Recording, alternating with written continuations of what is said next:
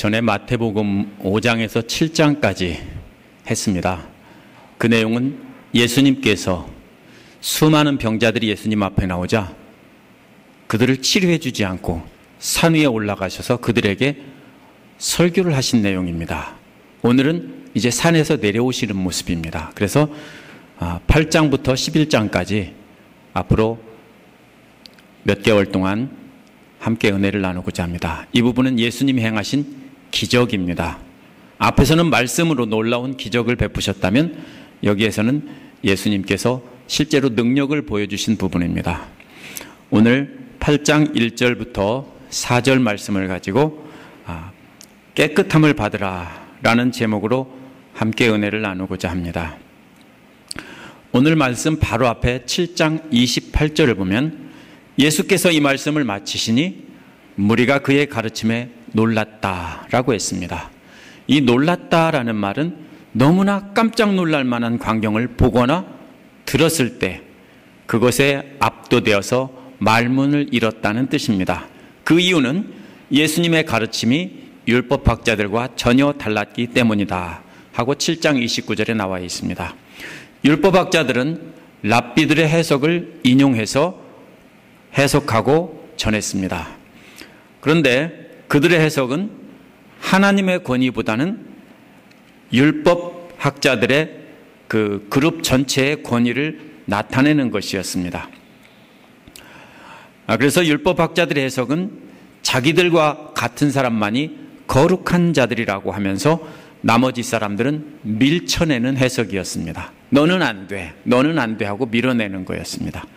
그런데 예수님의 해석은 밀쳐내는 해석이 아니라 하나님의 마음으로 상처 입은 자들을 치료해주고 안아주시고 회복시키는 그러한 가르침이었습니다.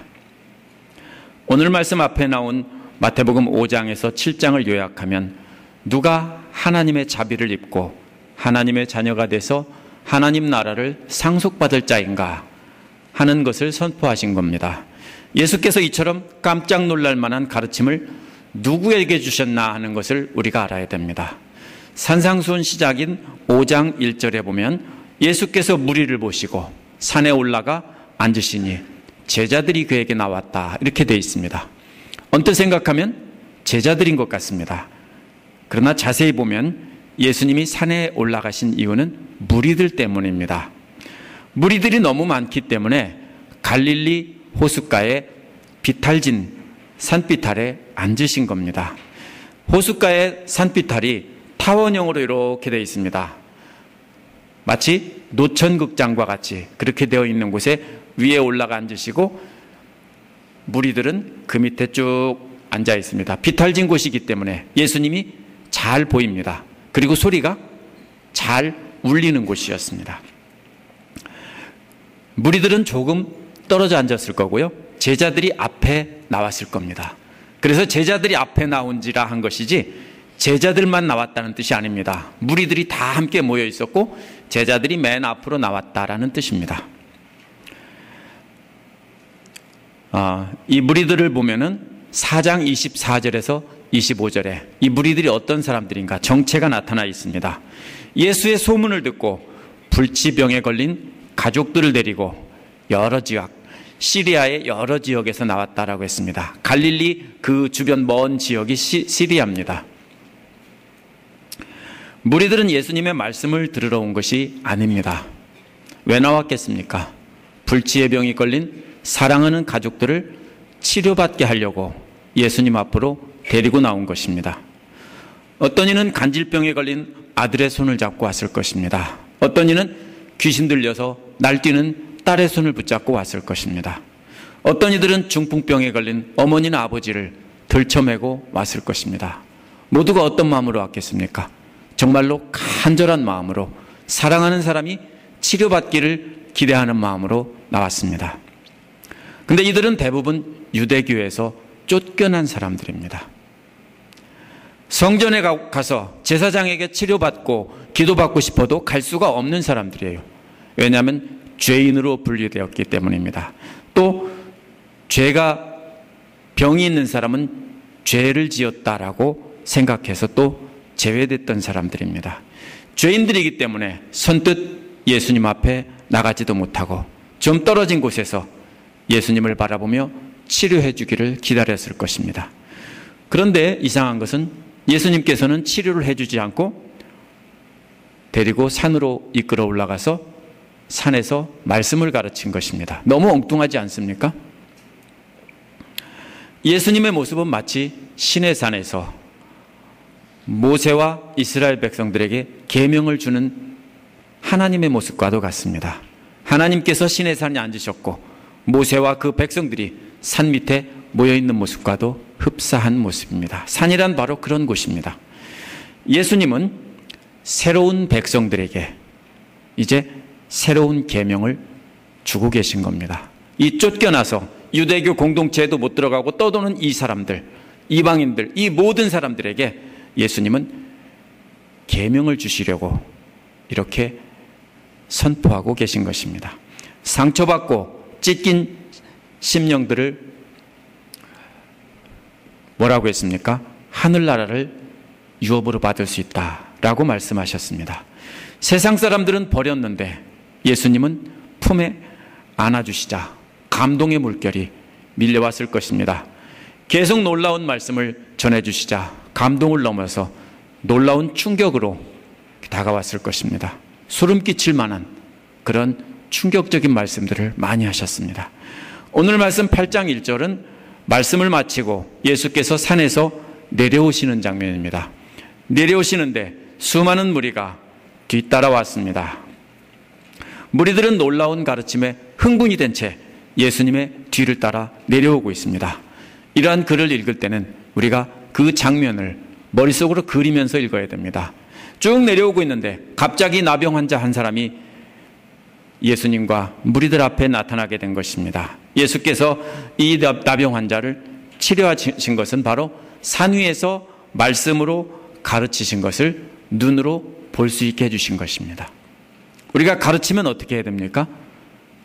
그 다음에 시범을 보여줘야 되죠. 군대에서 뭐라고 합니까? 숙달된 조교가 앞에 나와서 시범을 보이는 겁니다. 여기는 군대 갔다 오신 분이 많지 않으니까 말이 안 통하겠네요. 항상 말로 가르치면 뭡니까? 그 다음에 뭐가 필요합니까? 시범이 필요해요. 예수님께서 이 부분에서는 뭡니까? 말로 가르치시고 이제 시범을 보이시는 것입니다. 첫 번째는 나병 환자의 간청이 나타나 있습니다. 나병 환자가 예수님 앞에 나타난 것은 정말 깜짝 놀랄 만한 일입니다. 죽을 각오를 하지 않으면 절대로 사람들 앞에 설 수가 없습니다. 나병 환자는 예수님 앞에 나와서 예수님의 발 앞에 엎드렸습니다. 나병 환자는 율법에 부정하다라고 했기 때문에 정상인들 앞에 나갈 수가 없는 그런 사람입니다. 그런 줄 알기 때문에 예수님의 소문만 듣고 왔지만 가까이 갈 수가 없었습니다. 산 밑에 숨어서 말씀 전하시는 예수님을 멀찍이 바라만 보고 있었을 것입니다. 그러다가 예수님이 말씀을 마치고 내려오시자 안 되는 줄 알면서도 오직 그 길만이 유일한 희망이기 때문에 죽을 각오로 예수님 앞에 엎드린 것입니다. 예수님을 따르던 무리들도 영적으로 파산자였습니다. 아무것도 없다는 뜻입니다. 하나님 앞에가 예배할 수도 없는 그런 사람들인데 그 중에서도 가장 심각한 사람은 바로 이 문둥병자입니다. 이 나병 환자는 누구보다도 심각한 상태에 있었습니다. 오직 예수 그리스도만이 희망이고 아무런 희망이 없었던 사람입니다. 아무것도 의지할 것이 없었습니다. 그래서 사람들이 돌을 던질지도 모르는데 그런데도 무리들 앞에 나타나서 예수님 앞에 무릎을 꿇은 것입니다. 이 장면을 상상하면서 여러분 그 마음을 생각해 보십시오. 나병의 가장 심각한 문제가 무엇입니까? 감각이 없다는 것입니다. 고통이 없다는 것입니다. 다른 환자들은 몸서리치는 고통 때문에 문제입니다. 근데 이 나병 환자는 고통이 없다는 것이 문제입니다. 보통 사람들은 그게 무슨 문제냐 할 것이지만은 고통은 마치 뭐와 같습니까? 우리 몸의 경고등과도 같습니다. 요즘 자동차에 대부분 컴퓨터 시스템이 들어 있습니다. 그래서 자동차를 진단하고 여러 가지를 제어하고 고장이 나면 고장났다는 사인으로 체크 엔진 등이 들어옵니다. 이상하게 우리 집 차는 다 들어와 있습니다. 지금 5대가 다 들어와 있는데 하여튼 그렇습니다. 뭔가 고장났다라는 사인을 뭡니까? 보여줍니다.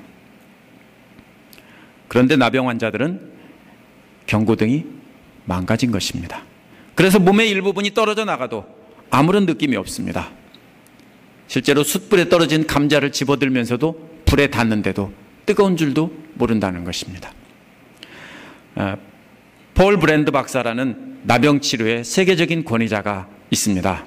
그가 인도의 한 병원에서 겪은 일입니다. 하루는 브랜드 박사가 창고문을 열려고 했는데 그 자물쇠가, 그 맹꽁이 자물쇠라고 하죠. 그런 자물쇠가 안 열립니다. 너무 낡아서.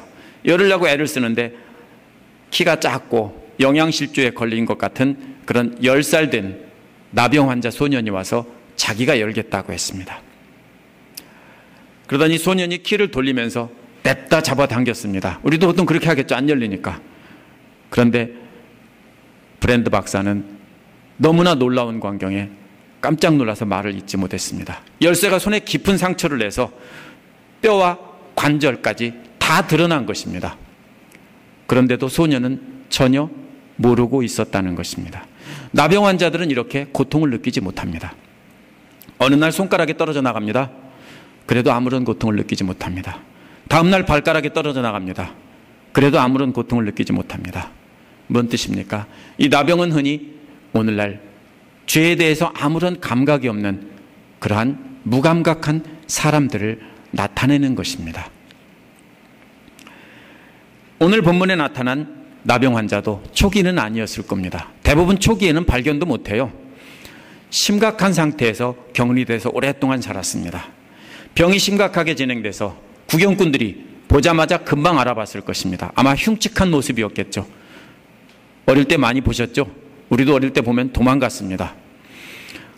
코가 문드러지고 손가락이 떨어져 나갔을 것입니다. 썩어 문드러진 팔을 헝겊으로, 더러운 헝겊으로 칭칭 감았을 겁니다. 나병 환자 특유의 지독한 냄새가 났을 것입니다. 왜냐하면 원문에는 깜짝 놀랄 만한 광경을 나타내는 영어의 look이라는 말과 비슷한 말이 있기 때문입니다. 한국말로 하면 야 저것 좀 봐 라는 말이 원문에는 있습니다. 레위기 13장 45절에 보면 나병 환자는 옷을 찢고 머리를 풀고 윗입술을 가리며 부정하다 부정하다라고 외치라고 했습니다. 그러면 사람들이 피할 수 있게. 이 사람도 역시 율법에 따라 틀림없이 그렇게 했을 겁니다. 부정하다 부정하다 하고 외치면서 나타났을 것입니다. 예수님의 뒤따라오던 무리들이 어떻게 됐을까요? 이 소리에 깜짝 놀라서 이 사람으로부터 멀리 떨어졌을 것입니다. 행여나 자기들이 닿으면 부정하게 될까 봐. 부정하게 되면 뭡니까? 진 밖으로 나가서 집에도 못 가요. 깨끗하게 될 때까지. 하지만 있을 수 없는 광경이 벌어졌기 때문에 완전히 물러가지 않고 멀찍이 서서 구경하겠죠. 여러분도 그런 구경 하셨죠? 이런 볼 수 없는 구경거리가 나타나면 구경을 합니다. 어떻게 됐을까? 예수님은 안 도망갔겠죠. 예수님은 그 자리에 서 있는데 따라오던 무리들은 도망갔습니다. 그런데 구경거리이기 때문에 멀찍이 서서 어떻게 했을까요? 예수님 둘레를 삥 둘러 섰을 것입니다. 서로 밀치기도 하고 이렇게 하면서 쳐다보고 있겠죠. 그 앞에 나병 환자가 무릎을 꿇고 엎드려 있고 예수님이 서 계십니다. 여기서 나병 환자를 통해서 배울 수 있는 점이 여러 가지가 있습니다. 첫 번째로 뭡니까? 나병 환자의 용기를 발견할 수 있습니다. 나병 환자는 하나님이 간섭이 아니면 영원히 치료가 불가능했기 때문에 죽을 각오로 나타났습니다. 마치 에스더가 죽으면 죽으리라 하며 왕 앞에 나섰던 모습과도 똑같은 것입니다. 그 용기가 그를 치료하게 했습니다. 우리도 마찬가지입니다. 죽으면 죽으리라 하는 각오로 하나님 앞에 엎드릴 때 우리는 놀라운 은혜를 체험할 수 있습니다. 그런 은혜를 이미 체험하셨을 거고 그래야 은혜를 체험할 수 있습니다. 두 번째로는 절하며라는 말을 통해서 자기를 낮추는 겸손한 태도를 볼 수 있습니다. 이 절하며라는 말은 신약 성경에서 주로 경배의 대상, 신 앞에, 하나님 앞에, 신적인 대상에게 경배할 때 쓰는 말입니다. 예수님 발 앞에 납작 엎드려서 자기를 낮추며 예수님을 높이는 것입니다. 우리도 역시 주님 앞에 나갈 때 엎드려야 한다는 것입니다. 납작 엎드려서 나는 아무것도 아닌데 주님은 모든 것을 하실 수 있는 분입니다 라고 하는 태도로 나가야 합니다. 세 번째로 우리가 배울 점은 주여 원하시면 이란 말입니다. 주님께 전적으로 맡기는 것을 볼 수 있습니다. 이 말은 고쳐달라는 말이 아닙니다. 부탁하는 말이 아닙니다. 모든 것은 주님의 처분에 맡기겠다는 뜻입니다. 내 뜻대로 마옵시고 주님이 만약에 원하시면 해 주십시오. 그런데 주님의 뜻대로 해 주십시오 라는 뜻입니다. 주님께 다 맡기는 겁니다. 우리가 흔히 어떻게 합니까? 우리는 답을 정했습니다. 주님께서 응답하실 것을 미리 정했어요. 그리고 뭡니까? 해주세요. 안 해주면 뭐예요? 하나님이 응답하지 않으셨다라고 합니다. 근데 잘못된 기도의 태도입니다. 우리도 역시 뭡니까? 전적으로 주님 앞에 맡기고 기도해야 됩니다. 안 그러면 기도할 필요가 없는 겁니다. 주님의 뜻이 무엇인지 모르면서 자기 욕심으로 막 구하면서 안 되면은 화를 내고 돌아선다면은 우리는 잘못하고 있는 겁니다. 주님 뜻에 맡겨야 합니다. 맡기고 기도해야 되고요. 답을 우리가 정해놓고 하는 것은 사실 기도가 아닙니다. 네 번째로는 주님의 능력을 믿었다라고 하는 것을 알 수 있습니다. 해줄 수 있다라는 말은 주님의 능력을 믿고 인정했다는 뜻입니다. 사실 나병이 깨끗하게 치료된다는 것은 당시 상식으로는 있을 수가 없습니다. 오늘날도 마찬가지겠죠. 오늘날은 의술로 할 수 있겠지만 나병 환자는 주님의 능력을 전적으로 믿었습니다. 우리도 역시 기도 제목을 가지고 나갈 때 주님의 능력을 전적으로 믿어야 됩니다. 주님이 능력이 없어서 못하시는 것이 아니라는 것입니다. 주님께서 원하시면 분명히 하실 수 있습니다. 만약 응답하지 않으시면 어떤 겁니까? 그건 주님이 뜻이 다른 곳에 있고 내게 주어서는 안 되는 기도 제목이기 때문입니다. 이 모습을 보며 듣고 있던 무리들은 나병 환자의 간청하는 모습을 보고 놀랐을 것입니다. 또 그 용기에 놀랐고 예수님을 예배의 대상으로 엎드려 간구하는 모습에 놀랐을 것입니다. 치료해달라기보다는 전적으로 예수님께 맡기는 모습에도 또 놀랐을 것입니다. 무리들은 나병 환자를 보고 깜짝 놀랐을 것입니다. 산 위에서 무리에게 말씀으로 가르친 예수님은 이 나병 환자를 통해서 그 말씀을 눈으로 보게 해주신 것입니다. 예수께서 마음이 가난한 자에게 복이 있다고 했는데 나병 환자는 뭡니까? 예수님 밖에는 아무것도 없어요 하고 전적으로 매달리는 바로 마음이 가난한 자의 대표인 것입니다. 아무것도 희망이 없습니다. 예수님 밖에는 아무것도 없어요 라는 영적 파산자였습니다. 이 사람은 누구보다 마음이 가난한 자였습니다. 심령이 가난한 자였습니다. 이렇게 전적으로 주님을 의지하고 엎드리는 사람에게 복이 있다라는 것을 눈으로 보여주신 것입니다. 두 번째로는 예수님의 응답이 나타나 있습니다. 이처럼 예수님만이 살 길이다 라고 전적으로 맡기고 엎드린 나병 환자에게 예수께서 손을 내밀어 대셨습니다. 우리는 별거 아닌 것 같지만 이건 절대로 있을 수가 없는 일입니다. 나병 환자를 손으로 댄다는 것은 그 당시 관습으로는 절대로 해서는 안 되는 것입니다. 접촉한 사람도 부정하게 됩니다. 또 전염될지도 모르죠. 그런데 예수님은 손을 댈 필요가 없었어요. 왜냐하면 치료의 효과는 손을 대서가 아니라 말씀으로 된 것을 알 수 있습니다. 왜냐하면 깨끗하게 되어라 하는 말씀으로 치료가 됐다라고 본문은 분명하게 말하고 있습니다.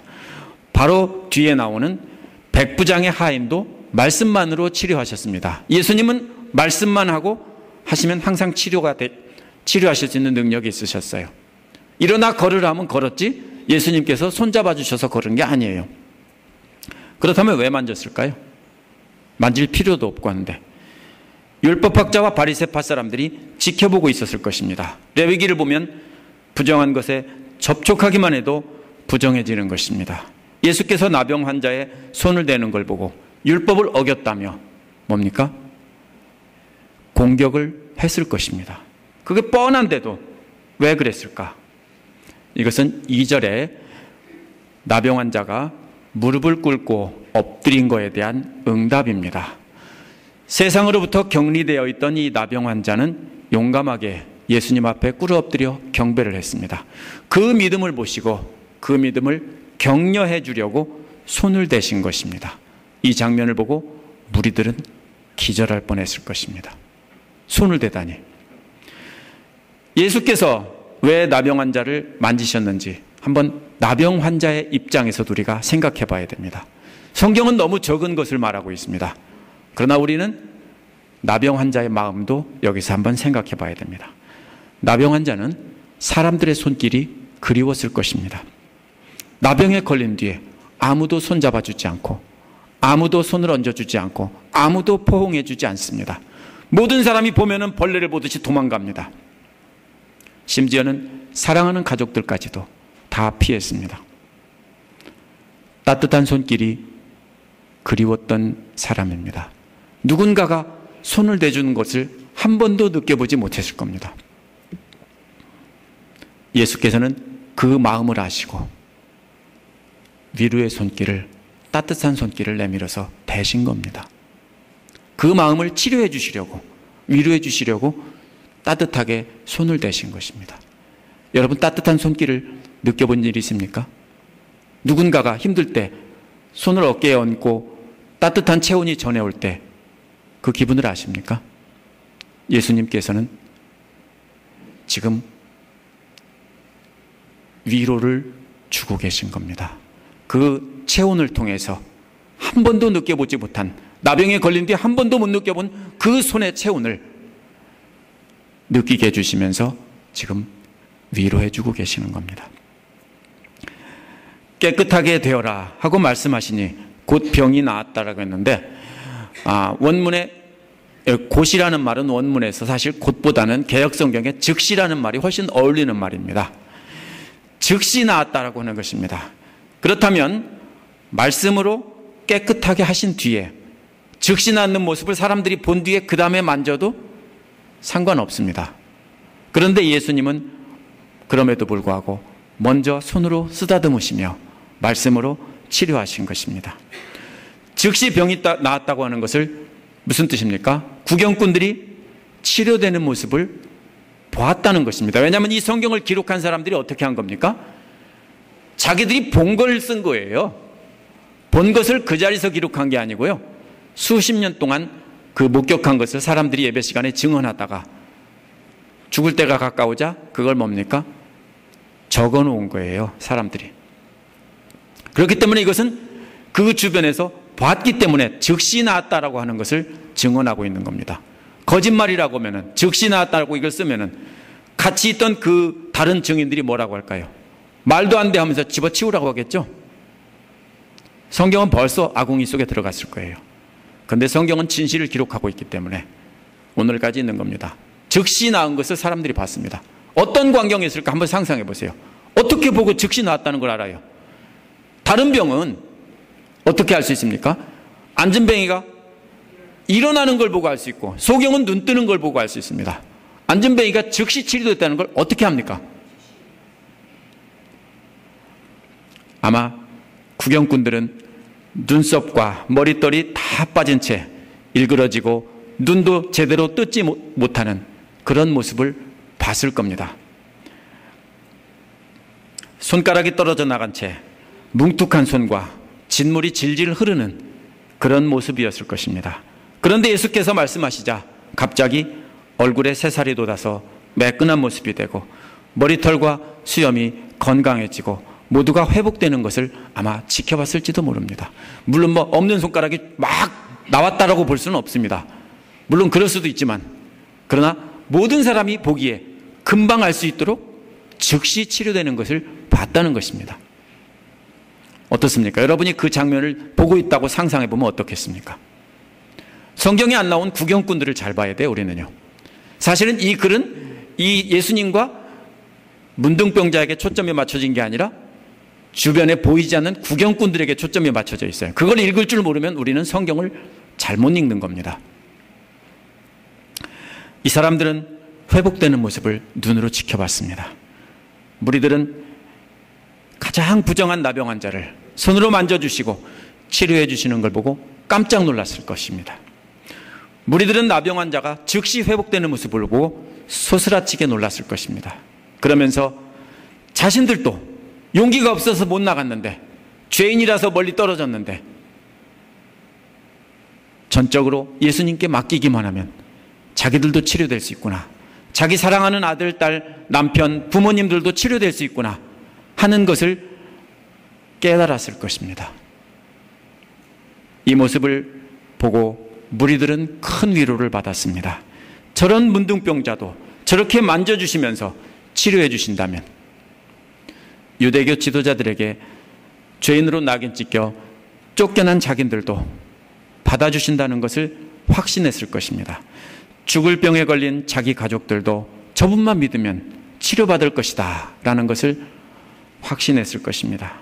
또 산 위에서 자기들에게 말씀하시면서 하늘나라를 이런 사람들이 유업으로 받을 수 있다라는 것에 확신이 섰을 겁니다. 뿐만 아니라 세상의 소금이고 빛이라는 말도 떠올라서 감격했을 것입니다. 오늘 말씀은 그 주변에 있는 구경꾼들, 무리들에게 큰 위로가 된 말씀입니다.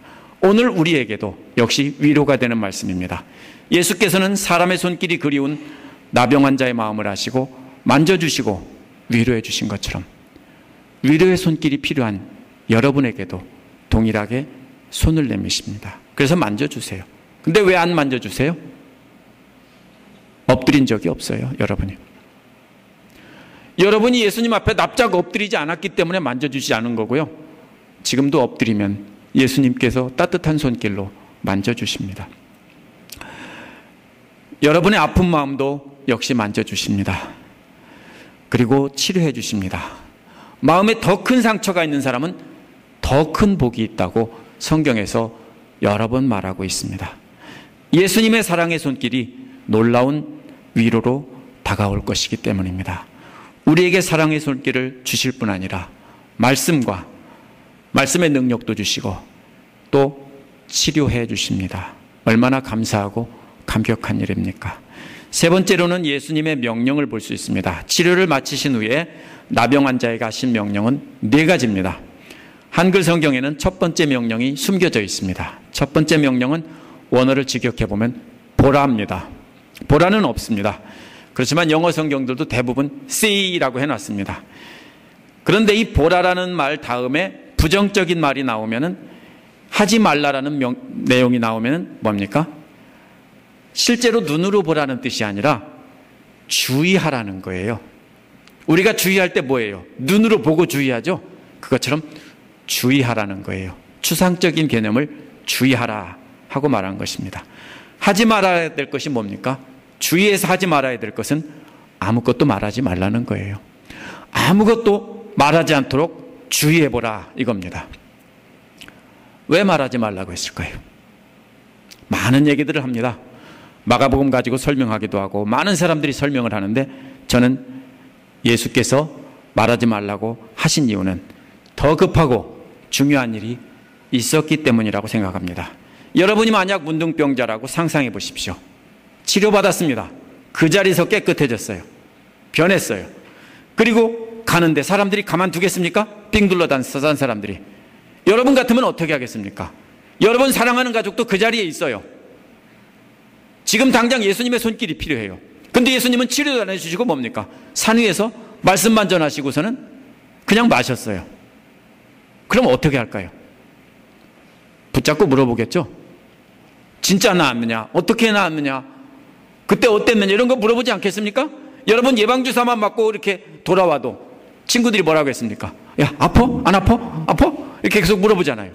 그런 경험 있으세요? 예, 그거하고 똑같을 거예요. 수많은 사람들이 붙잡고 이 걸어가는 문둥병자를 방해했을 겁니다. 뚫고 지나갈 수가 없었을 것입니다. 설명해주고 조금 가다 보면 또 물어보고 설명해주면 조금 가다 또 물어봤을 것입니다.